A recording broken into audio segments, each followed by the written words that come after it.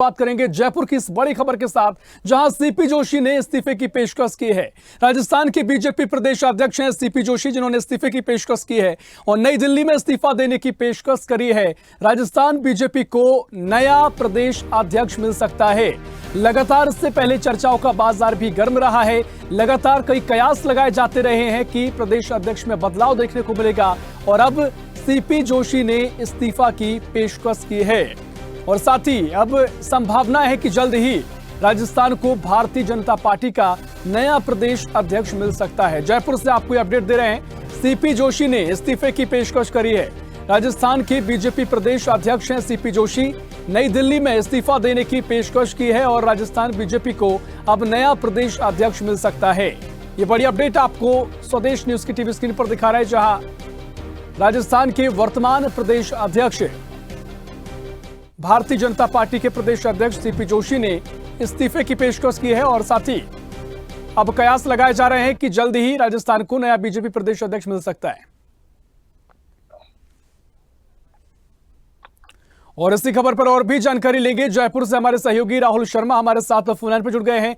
Rahul, CP Joshi लगातार चर्चा में रहे हैं, कयास भी लगाए जाते रहे हैं कि जल्द ही प्रदेश अध्यक्ष में भारतीय जनता पार्टी बदलाव करेगी और अब उन्होंने इस्तीफे की पेशकश भी की है। क्या कुछ उन्होंने कहा है और कितनी संभावना है कि आगे जल्दी नया प्रदेश अध्यक्ष बीजेपी को मिलेगा? के नतीजे सामने आए थे, उसके बाद कयास लगाए जा रहे थे कि बीजेपी प्रदेश अध्यक्ष जो सीपी जोशी हैं उनका इस्तीफा मंजूर कर लिया जाएगा। लेकिन कयास लगाने के बावजूद फिर अभी मीटिंग भी हुई थी, बैठकें का दौर चला, मंथन हुआ। उसके बाद उनको सीपी जोशी को कहीं न कहीं पता था कि आला कमान कहीं न कहीं फेरबदल करना चाह रहा है और प्रदेश अध्यक्ष की जो जिम्मेदारी है उसको किसी और पे सौंपी जा सकती है। इसी को लेकर सीपी जोशी ने आज अपना इस्तीफा आला कमान को सौंपा है और बातचीत का मंथन भी चला है। लेकिन फिलहाल आला कमान ने इस्तीफा मंजूर नहीं किया है और कुछ समय दिया है उनको अभी फिलहाल। निश्चित तौर पर देखिए, आपने जैसे जिक्र किया कि पूरा जो लोकसभा के परिणाम निकलकर सामने आए थे उसके बाद जो स्थिति बनी, हालांकि महत्वपूर्ण बात यह है कि अभी आला कमान ने स्पष्ट नहीं किया है कि वो इस्तीफा स्वीकार करेंगे या फिर आगे प्रदेश अध्यक्ष बदला जाएगा। इस पर सभी की निगाहें भी रहेंगी। और बहुत शुक्रिया आपको जानकारी साझा करने के लिए।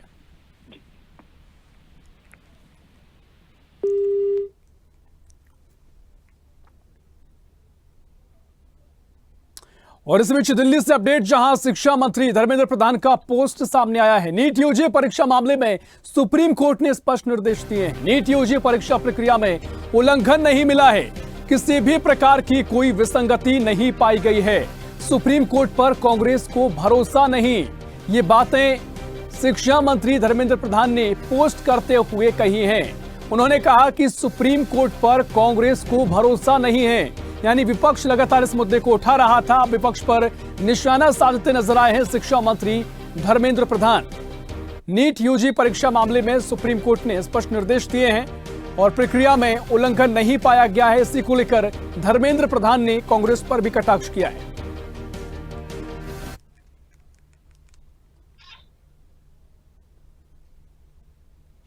भोपाल के बरकतुल्लाह विश्वविद्यालय में राष्ट्रीय शोध कार्यशाला का आयोजन किया गया, जिसमें प्रदेश के उच्च शिक्षा मंत्री इंदर सिंह परमार पहुंचे। साथ ही एक वृक्ष मां के नाम अभियान के तहत वृक्षारोपण भी किया गया। इस दौरान हमारी संवाददाता गरिमा श्रीवास्तव ने राष्ट्रीय शिक्षा नीति के क्षेत्र में मध्य प्रदेश के शिक्षा स्तर में किस तरह से आने वाले वक्त मन और बदलाव देखा जाएगा, इसके बारे में उच्च शिक्षा मंत्री से खास बातचीत की है। साथ ही एक वृक्ष मां के नाम अभियान के जरिए उच्च शिक्षा मंत्री ने सभी से वृक्षारोपण करने की अपील भी की और अभियान को लेकर विपक्ष के आरोपों पर जवाब भी दिया है। तो इस वक्त हमारे साथ मौजूद है मध्य प्रदेश के उच्च शिक्षा मंत्री इंदर सिंह परमार जी। आपका बहुत स्वागत सबसे पहले। और जिस तरह से आज राष्ट्रीय शोध कार्यशाला में आप बरकतुल्लाह यूनिवर्सिटी में पधारी है, आने वाले वक्त में राष्ट्रीय शिक्षा नीति की अगर हम बात करें तो कितना विकसित मध्य प्रदेश देखा जाएगा शिक्षा के क्षेत्र में? मध्य प्रदेश बहुत तेज गति के साथ राष्ट्रीय शिक्षा नीति पर काम करने वाले प्रदेशों में है और इसलिए जो देश के साथ में हम बराबरी के साथ लगभग चल रहे हैं। कई विषयों में तो हम आगे भी है, पर क्योंकि देश भर की नीति के साथ हम निरंतर आगे चलेंगे तो जैसा जैसा कैलेंडर है उस कैलेंडर के हिसाब से मध्य प्रदेश भी उसी गति के साथ राष्ट्रीय शिक्षा नीति के काम को कर रहा है। और एक वृक्ष माँ के नाम अभियान जो कैंपेन चल रहा है देश के प्रधानमंत्री नरेंद्र मोदी के द्वारा शुरू किया गया, लगातार देखा जा रहा है कि मध्य प्रदेश रिकॉर्ड के क्षेत्र में भी अव्वल होता हुआ नजर आ रहा है, जिस तरह से इंदौर में हमने देखा। देखिए, देश के प्रधानमंत्री श्रीमान नरेंद्र मोदी जी ने एक पेड़ माँ के नाम का जो अभियान दिया है वो अब जन आंदोलन बन चुका है और करोड़ों लोग उस अभियान से देश भर में जुड़ चुके हैं। मध्य प्रदेश भी बहुत तेज गति के साथ हमने काम प्रारंभ किया है और आज एक प्रकार का हर छात्र, हर नागरिक एक एक पेड़ लगाने के लिए आगे आ रहा है। आने वाले समय में मध्य प्रदेश का दृश्य बदला हुआ दिखेगा। मध्य प्रदेश में जितना नुकसान पेड़ काटने वालों ने किया उससे कई गुने पेड़ हम लगा करके और प्रकृति का रक्षण करने वाले राज्य बन जाएंगे। पर्यावरण संरक्षण की बात जिस तरह से आप लोग कर रहे हैं, विपक्षी दल भी लगातार हमलावर भी है और कह रहे हैं कि भ्रष्टाचार इसमें हो रहा है। देखिए, ये जो जनता वृक्षारोपण का काम कर रही है और जिन लोगों को वृक्ष लगाने में भी आपत्ति है, प्रकृति का संरक्षण करने में भी आपत्ति है, उन लोगों के बारे में मुझे कुछ नहीं कहना। ये तो जनता का आंदोलन बन चुका है और हर व्यक्ति अपनी ओर से वृक्ष लगाने के लिए आगे आ रहा है। मैं उन विपक्षी लोगों से भी कहना चाहता हूँ, आइए आप भी धरती के संरक्षण में, प्रकृति के संरक्षण में एक पेड़ अवश्य लगाए। ये पेड़ हमको वायु भी देगा, प्राणवायु भी, लेकिन साथ में धरती माता की प्यास बुझाएगा तो धरती माता बाद में हमने को पीने का पानी भी देगी। इसलिए मैं सारे लोग, कांग्रेस के, अन्य विपक्षी लोगों से यही कहना चाहता हूँ कि आप भी इस अभियान से जुड़िए, प्रकृति के साथ खिलवाड़ मत करिए। यदि आप प्रकृति के साथ खिलवाड़ करेंगे तो उसका नुकसान पूरे देश को होता है। इसलिए इसे सकारात्मक काम में साथ में चलिए। ये तो इस वक्त हमारे साथ मौजूद थे मध्य प्रदेश के उच्च शिक्षा मंत्री इंदर सिंह परमार। और जिस तरह से कैंपेन लगातार चल रहा है, देश के प्रधानमंत्री नरेंद्र मोदी ने एक वृक्ष माँ के नाम अभियान, इस कैंपेन की शुरुआत की थी और लगातार मध्य प्रदेश जो है इस क्षेत्र में रिकॉर्ड बनाने के क्षेत्र में अव्वल होता हुआ नजर आया। और इसी तरह से उच्च शिक्षा मंत्री ने इस बात का जिक्र किया, साथ ही साथ राष्ट्रीय शिक्षा नीति को लेकर के भी उन्होंने तमाम बातें कही और कहा है कि जिस तरह से मध्य प्रदेश को लेकर के पहले जिस तरह से शिक्षा के क्षेत्र में बातें कही जाती थी, वह बदलती हुई नजर आ रही है और आने वाले वक्त में ये तस्वीरें और भी बदलती हुई शिक्षा के क्षेत्र में नजर आएंगी। वीडियो जर्नलिस्ट सुजीत के साथ मैं गरिमा श्रीवास्तव, स्वदेश न्यूज भोपाल। नर्मदा को मां कहकर उनका संरक्षण करने और स्वच्छता का संदेश देने वाले प्रशासन का दोहरा चरित्र प्रदर्शित होता नजर आया है। बारिश के बहाव में आई शैवाल ब्रिज पर इकट्ठी हो गई, जो उसे वापस नदी में बहा दिया गया। मामला नरसिंहपुर के बरमान घाट से सामने आया है, जहां शासन प्रशासन नर्मदा के संरक्षण और स्वच्छता को लेकर कई अभियान चलाते हैं और लोगों को जागरूक किया जाता है। लेकिन जिले में नर्मदा को बचाओ अभियान चलाने वाले प्रशासन का अलग ही चेहरा नजर आया, जिसे लेकर लोगों के मन में आक्रोश पनप रहा है। प्रशासन के कारिंदों ने शैवाल को मशीनों की मदद से वापस नदी में प्रवाहित कर दिया। लोग सोशल मीडिया पर प्रशासन के खिलाफ आक्रोश जता रहे हैं। नरसिंहपुर से आपको ये पूरा मामला बता रहे हैं, जहां लोगों ने प्रशासन के खिलाफ आक्रोश जताया है। नर्मदा बचाओ अभियान पर पलीता भी लगता नजर आया है। तस्वीरें आपको दिखा रहे हैं। नरसिंहपुर का यह पूरा मामला है, प्रशासन का दोहरा चरित्र प्रदर्शित हुआ है। बता दें कि मामला नरसिंहपुर के बरमान घाट से सामने आया है, जहां शासन प्रशासन नर्मदा के संरक्षण और स्वच्छता को लेकर कई अभियान चलाते हैं।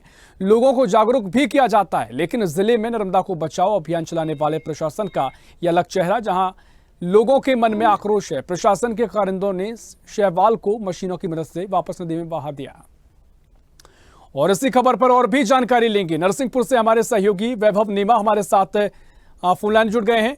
वैभव, जिस तरीके से नर्मदा बचाओ अभियान लगातार चलाया जाता है, लाइव हमारे साथ वैभव जुड़े हुए हैं। वैभव, जिस तरीके से तमाम अभियान चलाए जाते हैं, लोगों को जागरूक भी किया जाता है, लेकिन शैवाल को वापस नदी में बहा देना, प्रशासन द्वारा ये कारनामा किया जाना, क्या कुछ तस्वीरें निकलकर सामने आई हैं और क्या कुछ सवाल खड़े हो रहे हैं? बिल्कुल ऋषभ जी, मैं आपको बता दूं कि जिस तरह से लगातार प्रशासन जो है और शासन जो है वह नर्मदा को मां कहकर संबोधित करता है और मध्य प्रदेश की जीवनदायिनी यह नदी है, जिसमें लगातार बारिश के समय में शैवाल आ जाता था और उसको सफाई के नाम पर नर्मदा में स्वच्छता अभियान चलाया जाता था। जगह जगह अवेयरनेस के कैंप कराए जाते थे, स्लोगन लिखे जाते थे। लेकिन वहीं जब तेज बारिश के बहाव के चलते नर्मदा के छोटे वाले जो ब्रिज है वहां पे जब यह शैवाल एकत्रित हो गई थी, तो प्रशासन ने उसको नदी से बाहर निकालने की अपेक्षा मशीन की मदद से वापस नदी में छोड़ दी। मतलब यह तो प्रशासन का दोहरा चरित्र सामने आता हुआ नजर आता है कि एक और जब आप लेकिन बोलते हैं वैभव कि क्या नर्मदा कुछ को वजह स्वच्छ बताई रखो, गई है कि अनजाने में ये सब हो गया, जानबूझकर हुआ तो ऐसा क्यों हुआ, किसका स्पष्टीकरण कुछ दिया गया है? देखिए, जब हमने लोगों से बात की प्रशासन के, तो उनका कहना था कि सहवाल के साथ जो है वह लकड़ियां जाम हो गई थी, जिसके चलते ब्रिज के टूटने का खतरा था। उसके चलते उन्होंने को वापस नदी में मशीनों की सहायता से छिड़वा दिया है। लेकिन यह कहीं ना कहीं बहाना भी साबित होता है कि अगर आप मशीनों के सहायता से नर्मदा जी की रेत को बाहर निकाल सकते हैं, तो नर्मदा से कचरा निकालना कौन सी बड़ी बात है।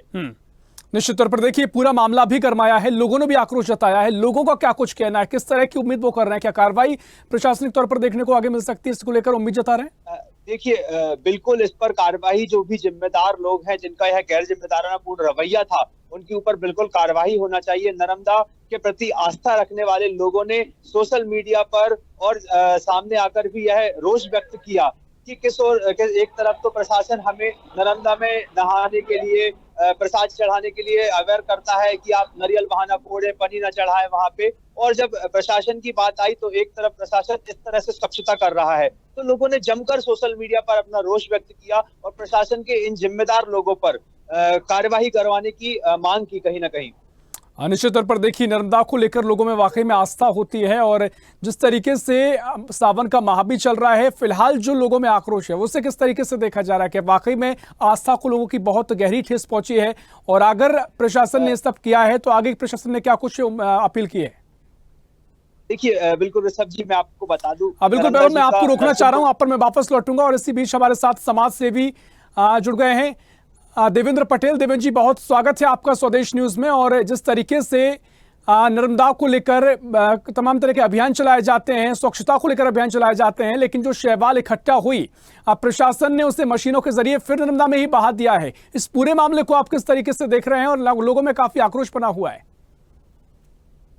धन्यवाद राय साहब जी। ये बड़ी दुर्भाग्यपूर्ण बात है, जहां जीवित इकाई का दर्जा शिवराज सिंह शासनकाल में विधानसभा के अंदर प्रस्ताव पारित करके दिया गया था मां नर्मदा को, और जल के प्रति, उन नदियों के प्रति कैसी भावना इस प्रशासन में बैठे लोगों की है, इसका ताजा उदाहरण बरमान घाट में देखने मिला। जिस शैवाल इकट्ठी हुई थी उसको नदी के बाहर फेंका जाना था, उसको इन्होंने नदी में फेंक दी। और मां नर्मदा मध्य प्रदेश की जीवन दायिनी है। और रहा सवाल श्रद्धा और आस्था का, एकमात्र ये दुनिया में नदी है जिसकी लोग परिदीक्षा करते, परिक्रमा करते हैं और श्रद्धा और आस्था के भाव से पूरा मध्य प्रदेश इनका पूजन अर्चन करता है। इनके साथ प्रशासन में बैठे लोगों का ये व्यवहार बहुत निंदनीय है और दुर्भाग्यपूर्ण है। निश्चित तौर पर देवेंद्र जी, प्रशासन ने कई तर्क दिए हैं ऐसा क्यों किया गया, लेकिन जैसा कि हमारे सहयोगी वैभव ने बताया कि जब नर्मदा से उनका सीना छलनी करके रेत निकाली जा सकती है मशीनों के जरिए, तो कितना आसान था कि उस पूरे शैवाल को भी मशीनों के जरिए बाहर निकाला जा सकता था। बिल्कुल पुल खाली था। अगर आप वीडियो में देखेंगे, एक डंपर और ट्रैक्टर ही लगा देते, पूरा का पूरा कचरा बाहर फेंका जा सकता था। मैं आपको इस बारे में एक चीज और बताना चाहता हूँ। ये जो शैवाल है, एक गौर नदी है जबलपुर की। गौर नदी के दोनों तटों को ऊपर डेयरी बनी हुई है और वो उसका गोबर उस नदी में डालते हैं। उस गोबर से शैवाल पैदा होती है। गौर नदी मिली हिरण में और हिरण आके मिलती है मां नर्मदा में। तो ये प्रशासन के लोग वहाँ डेयरी वालों को भी कंट्रोल नहीं कर पाते। इसको शैवाल को हिरण नदी में जाके कंट्रोल करना चाहिए, जिससे मां नर्मदा में न मिल पाए। मिल जाती है और उसके प्रति इनका व्यवहार देखिए आप कि इनने क्या दुर्भाग्यपूर्ण कार्य किया है। जी, निश्चित तौर पर देवेंद्र जी, महत्वपूर्ण बिंदु का जिक्र भी आपने किया, जिस तरीके से गोबर फेंका जाता है और मिलकर शैवाल पैदा होती है। इस पर भी हम चाहेंगे कि आगे क्या कुछ प्रशासन पर क्या कार्रवाई करता है, संज्ञान लेता है। फिलहाल देवेंद्र जी, बहुत शुक्रिया आपका तमाम हमसे चर्चा में शामिल होने के लिए। और इसी खबर पर और भी चर्चा के लिए वरिष्ठ पत्रकार विवेक खास कलम हमारे साथ जुड़ गए हैं। विवेक जी, बहुत स्वागत है आपका स्वदेश न्यूज में। जिस तरीके से पूरा मामला सामने आया है, शैवाल को मशीनों के जरिए फिर से नर्मदा में बहा दिया गया, अब आक्रोश लोगों में देखने को मिल रहा है। फिलहाल इस पूरे मामले को एक पत्रकार के तौर पर आप किस तरीके से देख रहे हैं? देखिए, मैं आपको बताऊं, नर्मदा जी की कृपा इस क्षेत्र में बहुत ज्यादा है और नर्मदा जी के प्रति अगाध श्रद्धा लोगों में है। लेकिन प्रशासन का बर्ताव नर्मदा जी को आस्था के केंद्र के रूप में नहीं, एक नदी के रूप में उनके साथ ये बर्ताव किया जा रहा है। मुझे एक बात बताइए, जब लकड़ी आई उसमें शैवाल पुल के साथ लग गई। पुल की सुरक्षा के लिए उसको निकाला गया, तो जब जेसीबी से निकाला गया और पुल पर डंप किया गया तो वहीं डंपर लगा के क्यों नहीं फेंके गए? अच्छा, ये बहुत दुर्भाग्य की बात है कि वो सेतु निर्माण निगम के एसडीओ की निगरानी में वो काम हो रहा था, वो उसको देख रहे थे।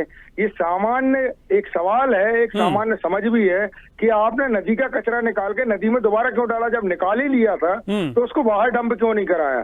दूसरी बात ये है, मैं आपको एक बात बताऊं, जैसे हमारे पूर्व के साथी देवेंद्र जी बोल रहे थे, ये नर्मदा नदी में शैवाल आना शुरू हुआ है वर्ष 2013 से। पहली बार जब शैवाल आई थी मेला के समय, तो यहाँ पर लोगों ने ये क्षेत्र के लिए नई बात थी, ये कहाँ से आ रही है, उसके लिए हम लोगों ने यहाँ हंगामा किया।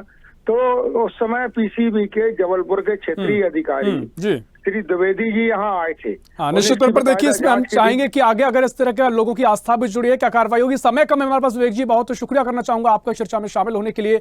सीधा वैभव, मैं आपके पास आ रहा हूं। जिस तरीके से वरिष्ठ पत्रकार भी हैं और जो समाज सेवी भी कह रहे हैं कि अब लोगों की आस्था को भी ठेस पहुंची और जो शैवाल कहीं से आता है उसको लेकर भी मामला पुलिस कार्रवाई नहीं कर रही, किस तरीके से आगे स्थिति देखने को मिलेगी? बिल्कुल ऋषभ जी, मैं आपको बता दूं कि नर्मदा जी का जो है घाट है नरसिंहपुर जिले का, इसको ब्रह्मांड घाट कहा जाता है। ऐसा पुराणों में वर्णित है कि भगवान ब्रह्मा ने कभी यहाँ तपस्या की थी, इसलिए लोगों की यहाँ गहरी आस्था है। और प्रत्येक रविवार और अमावस्या और पूर्णिमा में यहाँ लोग आस्था और भक्ति लेकर मां नर्मदा के दर पर पहुंचते हैं। लेकिन वहीं इस तरह की कार्रवाई से उन्होंने आक्रोश व्यक्त है। मैं आपको बता दूं कि सार्वजनिक जलाशयों में ऐसी गंदगी फैलाने पर आईपीसी की धारा 277 के तहत भी कार्रवाई होती है। लेकिन अब देखना यह होगा कि प्रशासन ऐसे लापरवाही पूर्ण रवैये के ऊपर अपने लोगों पर क्या कार्रवाई करता है या फिर सिर्फ रस्म अदायगी बनाकर छोड़ देता है इस मामले को। निश्चित तौर पर देखिए, लापरवाही और तर्क देकर मामले को शांत नहीं किया जा सकता। आपने महत्वपूर्ण सवाल भी खड़े किए हैं वैभव, देखना महत्वपूर्ण होगा क्या कार्रवाई आगे अमल में लाई जाएगी और जनता को जो आक्रोश है उसे दूर किया जाएगा। बहुत बहुत शुक्रिया आपको जानकारी साझा करने के लिए।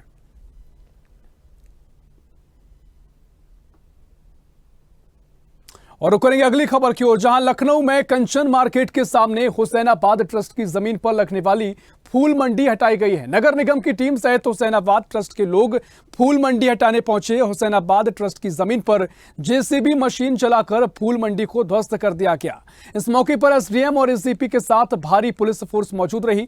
दरअसल फूल मंडी को 29 सितंबर 2019 को विभूति खंड गोमती नगर के किसान बाजार में स्थानांतरित किया जा चुका है। फूल व्यापारी कल्याण समिति ने खुद अवैध फूल मंडी को हटाने की मांग की थी।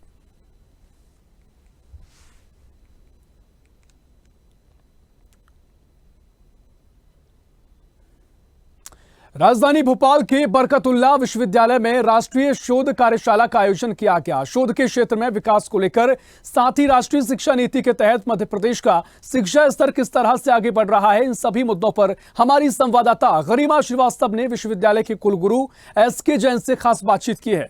इस दौरान कुलगुरु ने शिक्षा के क्षेत्र में नवाचार को लेकर तमाम बातें कही। साथ ही वृक्षारोपण अभियान को लेकर भी सभी से एक पेड़ मां के नाम लगाने और उनकी देखभाल की अपील की है। इस वक्त हमारे साथ मौजूद है राजधानी भोपाल की बरकतुल्लाह यूनिवर्सिटी के कुलगुरु एसके जैन सर। सबसे पहले आपका स्वदेश न्यूज में बहुत स्वागत है। थैंक यू वेरी मच, धन्यवाद। और जिस तरह से आज बरकतुल्लाह यूनिवर्सिटी ने राष्ट्रीय शोध कार्यशाला का आयोजन किया, विस्तृत तौर पर हम लगातार देख रहे हैं कि राष्ट्रीय शिक्षा नीति के तहत लगातार मध्य प्रदेश सतत प्रयास कर रहा है शिक्षा के क्षेत्र में इजाफे के लिए। कितना आने वाले वक्त में देखा जाएगा बदलाव, इसका अगर शोध कार्यशाला का भी अगर हम जिक्र करें तो? देखिए, आने वाले वक्त में तो बहुत तेजी से, मतलब अभी भी बदलाव तो चालू हो गया है, लेकिन एक जो त्वरित गति चाहिए वो आगे वाले समय में आप देखेंगे कि बहुत तेजी से नई शिक्षा नीति के तहत एक बदलाव आएगा। लोग नई शिक्षा नीति को आत्मसात करेंगे और जो भारतीय ज्ञान परंपरा हमारी है उसके जो मूलभूत सिद्धांत हैं, बेसिक सिद्धांत, उन्हें आत्मसात करेंगे, तभी वो सुखी रह पाएंगे। जिस तरह से आपने तमाम बातों का जिक्र किया है और राष्ट्रीय शिक्षा नीति की अगर हम बात करें तो सबसे पहले मध्य प्रदेश में, और अभी अभी उच्च शिक्षा मंत्री भी हमारे बीच पधारे थे, मौजूद थे, उन्होंने भी तमाम बातों का जिक्र किया। साथ ही एक वृक्ष मां के नाम जो कैंपेन चल रहा है, लगातार आप लोग भी उसमें निरंतर प्रयास कर रहे हैं पर्यावरण संरक्षण को लेकर के। देखिए, एक वृक्ष मां के नाम ये हमको कुछ दिन पहले करना था, किन्हीं कारणों से हमने उसको पोस्टपोन किया। आज वो मूर्त रूप ले गया है और बरकतुल्लाह विश्वविद्यालय में हमारे हर सहयोगी, हमारा ये सारे छात्र इसके लिए उत्साहित रहते हैं। कम से कम विश्वविद्यालय परिसर, मेरा आपसे आग्रह है कि विश्वविद्यालय परिसर एक बार आप जरूर भ्रमण करिए, तो आप देखेंगे कि जितनी हरियाली हमारे इन बच्चों को पेड़ लगाने के लिए, अभी हम एक जो माननीय मंत्री जी का एक वो सपना है कि हर एक, मैं नाम थोड़ा सा विस्मृत कर रहा हूँ, एक वन का जो उन्होंने अभी कॉन्सेप्ट दिया, इस बारे में भी हम एक नया मतलब वन तैयार करेंगे, जिससे कारण विश्वविद्यालय में देखेंगे तो हमारे यहाँ औषधि गार्डन भी है, हमारे यहाँ काफ़ी सारा वो है। पर एक वृक्ष माँ के नाम, ये अनूठी पहल, इसमें मेरा प्रयास रहेगा कि मेरे सारे बच्चे जो लगभग 3-3.5 हजार बच्चे अंदर पढ़ रहे हैं, वो और सारा स्टाफ कम से कम 1-1, 2-2 वृक्ष लगाए। और उनकी सबसे बड़ी बात ये है कि लगा तो हम देते हैं, लेकिन उनकी सुरक्षा की जिम्मेदारी, तो मैं सबको सुरक्षा की जिम्मेदारी भी दूंगा कि सुरक्षित रहे वो पेड़, जब तक कि वो इस लायक ना हो जाए कि उन्हें ये फील हो। एक्चुअली पेड़ लगाने पे अपने को गर्व तो फील होना चाहिए, तो जब वो बड़ा हो जाएगा तो उसको गर्व फील होगा कि मैंने लगाया है। या कभी जैसे मैं आऊँगा यहाँ तो मैं अपने जो छोटे बच्चे हैं उनको दिखाऊँ, देखिए मैंने लगाया था, तुम भी ऐसा लगाओ, इससे प्रेरणा मिलती है। तो इस वक्त हमारे साथ मौजूद थे बरकतुल्लाह यूनिवर्सिटी के कुलगुरु एसके जैन सर, और जिस तरह से इन्होंने जिक्र किया तमाम बातों का, और एक वृक्ष माँ के नाम जो कैंपेन चल रहा है लगातार, देश के प्रधानमंत्री नरेंद्र मोदी ने इस कैंपेन की शुरुआत की थी। आने वाले वक्त में मध्य प्रदेश की और भी बदलती हुई तस्वीरें, चाहे राष्ट्रीय शिक्षा नीति को लेकर के हम कहें, बदलती हुई शिक्षा के क्षेत्र में तस्वीरें नजर आएंगी। आपका हमारे साथ बने रहने के लिए बहुत शुक्रिया सर। बहुत बहुत धन्यवाद आपका। इस